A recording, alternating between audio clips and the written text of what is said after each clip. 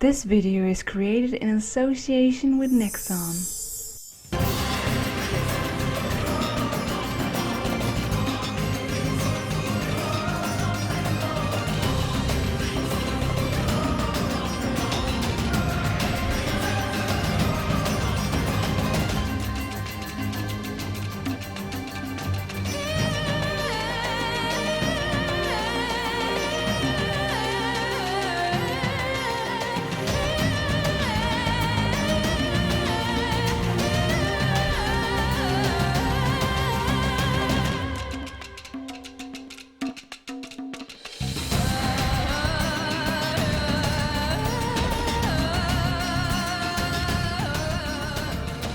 Hello everyone, my name is Silver Willowwing and welcome. Today we are once more diving into the world of Riders of Icarus, and we're looking at how the game has evolved through the years and if it is in fact still worth playing. If you're not familiar with the game, Riders of Icarus is an online multiplayer role-playing game, also known as an MMORPG. The game is known for its amazing graphics and its vast wildlife, which you are able to tame. Riders of Icarus features more than 300 tameable creatures, ranging from dragons to cats. Once tamed, these animals can assist you in battle, gear improvement, and getting around on the different maps in the vast world. The game has a total of 8 playable classes that the player will have to choose from before starting their adventure. These classes are Assassin, Berserker, Guardian, Magician, Priest, Ranger, Trickster, and Wizard. They all range in difficulty and each will give you a slightly different experience in the game, thus increasing the replay appeal of the game. The game follows a story mode where you progress and get to know your character a little better after each quest. The story centers around the princess being kidnapped by an evil force led by the antagonist Salant, who serves the chaos god Solnaris. It's your job to retrieve the princess and vanquish evil. The story is not revolutionary and it gets kinda cliché at times, but it still manages to be action-packed and appealing because some of the characters are actually quite well designed. After finishing the story mode, your character will reach max level. The level cap is expanded occasionally and more story is added to the game. At the time of this review, the story is not yet finished and an ultimate max level has not been revealed. When the story is done, the player still has several options in the game. One is completing the bestiary by taming all tameable creatures in game. Dungeons remain open for you as well to hone your skill and farm materials for taming marks and gear. The thing you will most likely spend the most time on in game is grinding for new gear.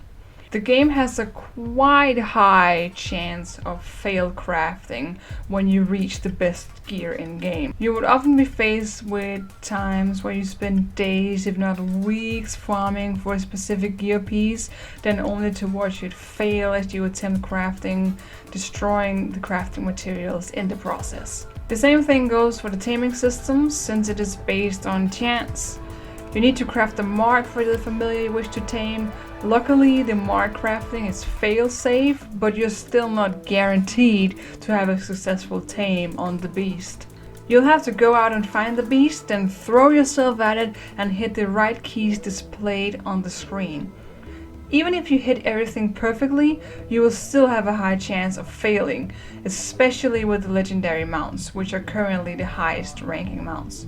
All this failing might seem like a good idea to steer clear of this game, but there is indeed a purpose to it. After failing a familiar 5 times, it is 5 times more satisfying when you finally tame the bugger. You will fly around town and feel superior to everyone else that, like you, have tried and failed or are still in the process of grinding. But this satisfaction could possibly also be achieved through skill, but that is not the Riders of Icarus way. The ultimate way to get what you want in game is by 4 key ingredients. Time. Dedicating hour upon hour of playing to grind for those items you need. Dedication. You'll have to mean it. The only way to get that stupid flying whale or get that shiny helmet is by being determined at all times. Skill. While the taming and crafting itself doesn't require particular skill, The process leading up to it does. This is both gaming skills and social skills, since you will progress a lot faster in the game if you have a crew to help you. If you want to be MLG and be at the top of the charts, Riders of Icarus is ultimately not a game you can play solo. Unless, of course, you have the final of the key ingredients: money. If you are willing to pay, you will get to play big time. You can buy most essentials in the cash shop and even buy items and sell them at the auction for the primary currency in game, gold. With gold you can buy gear, mounts, taming marks, outfits and most of everything in game. A good combination of these 4 things will get you far in the game. Money is not required, but it will definitely boost your growth. Riders of Icarus is not in itself a pay-to-win game. If you play regularly and with friends, you can get further than a person who bought their way to the top. If you are competitive, the game also offers a few player versus player options. There are 2 different areas that are designated to PvP. In these maps you can kill fellow players and compete in weekly battles called Mana Stone battles, where guilds fight guilds or server fights server for a Mana Stone that must be transported safely to a beacon in order for the carrier to win. The winners receive glory, gear, buffs and other goods. Then we have Elora's Spire, which is a 1-person dungeon where you fight floors of enemies to climb your way higher up the spire and increasing your score. The person with the highest score wins an extremely useful box filled with goodies and a shiny golden armor. This spire is a big aspect of the game for most competitive players. I think I've covered the basics now for what Riders of Icarus is all about, but we haven't quite reached the review part yet, have we? My review will naturally be majorly based on my own experiences in the game. First, I would like to tell you my opinion of this game when I first started playing in 2016.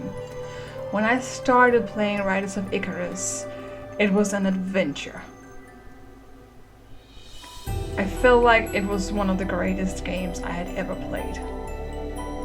I loved the story and the characters, the mounts were incredible, and the thrill you got when you succeeded in taming that one familiar you've been dreaming about was amazing. Void, Latantia and Tagris were some of the best mounts for me to tame. I remember going to bed after grinding for Latantia's mark and planning my approach for the next day, falling asleep dreaming about taming the mighty whale. Then finally doing it was so exciting, and you felt like a freaking superhero after landing a successful tame. The same goes with Tagris, and I think my reaction speaks for itself.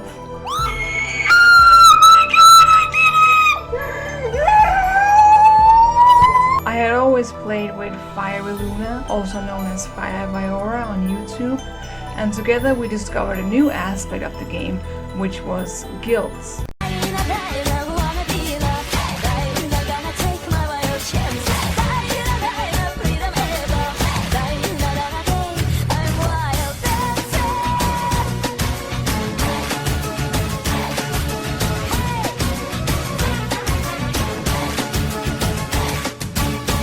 We made friends with some powerful players and we started to get serious about the game. We got better and better. At certain points we would race each other to see who got the best gear and the best mounts first. We found new friends, great friends, that also started being a big part of our lives outside of the game. We became a part of a network full of great people that were a joy to play with and talk to. If you had asked me to give my opinion of the game back then, it would be 100% positive. Because the Riders of Icarus had given me so much more than just a great game, and I loved every part of it. But as time went on, things changed. Nexon, the publisher of the game, had to cut down on the staff managing the game, and at a certain point the game was completely dead. No updates and no news. A few occasional offers in the cash shop, but nothing else. There was a mass decline in players. The community was crumbling fast. I personally lost many friends. I even lost my guild since all of them quit and never came back. Since then, the game has recovered tremendously. Updates and events are more frequent, and the admins have resumed activity. While the standards of Icarus are not the same as they were upon launch, it is a big improvement, and there is an opportunity for the game to recover. From where I am standing, let me tell you this. If you haven't played Riders of Icarus before and want to try it out now, you're most likely going to have a great time, since the game has a lot to offer. If you are an older player and you're looking for a fellow oldies opinion, I'm not going to lie to you. I have played more than 1,700 hours in Riders of Icarus, and at this point I feel like I have seen what there is to see. I wait around for a continuation of the story, I play, check out the new maps, and then I might be on my way again. While the mounts and the areas are new, the mechanics remain the same, and I personally don't like repeating myself too much in a video game. So my final verdict is that Riders of Icarus is a great game when you first start it up and when you do the quests. It's a wonderful game with many opportunities and so many wonderful creatures. When you reach the end game, the game is still good for the players that are hardcore, that like to spend a lot of time in games and grind a lot. Then the game is still very good and full of entertainment. I definitely think Riders of Icarus deserves a place among decent and memorable MMORPGs. It has a unique feeling to it. It has a wild side that most other games in the same genre lacks. I would advise you to check it out. Form your own opinion of the game. If you like dragons like me, Riders of Icarus is not a game you want to miss. It has outstanding creatures and you can get to fly them pretty much wherever you want. So that's pretty much my review of Riders of Icarus. Feel free to tell me your opinion of the game down in the comment section.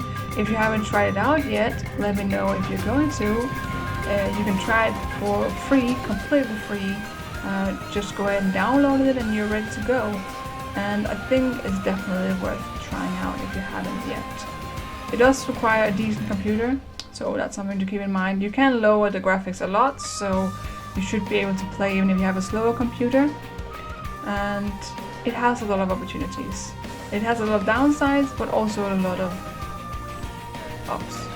So thank you so much, and hopefully I will see you in the next video. So long, fellow riders!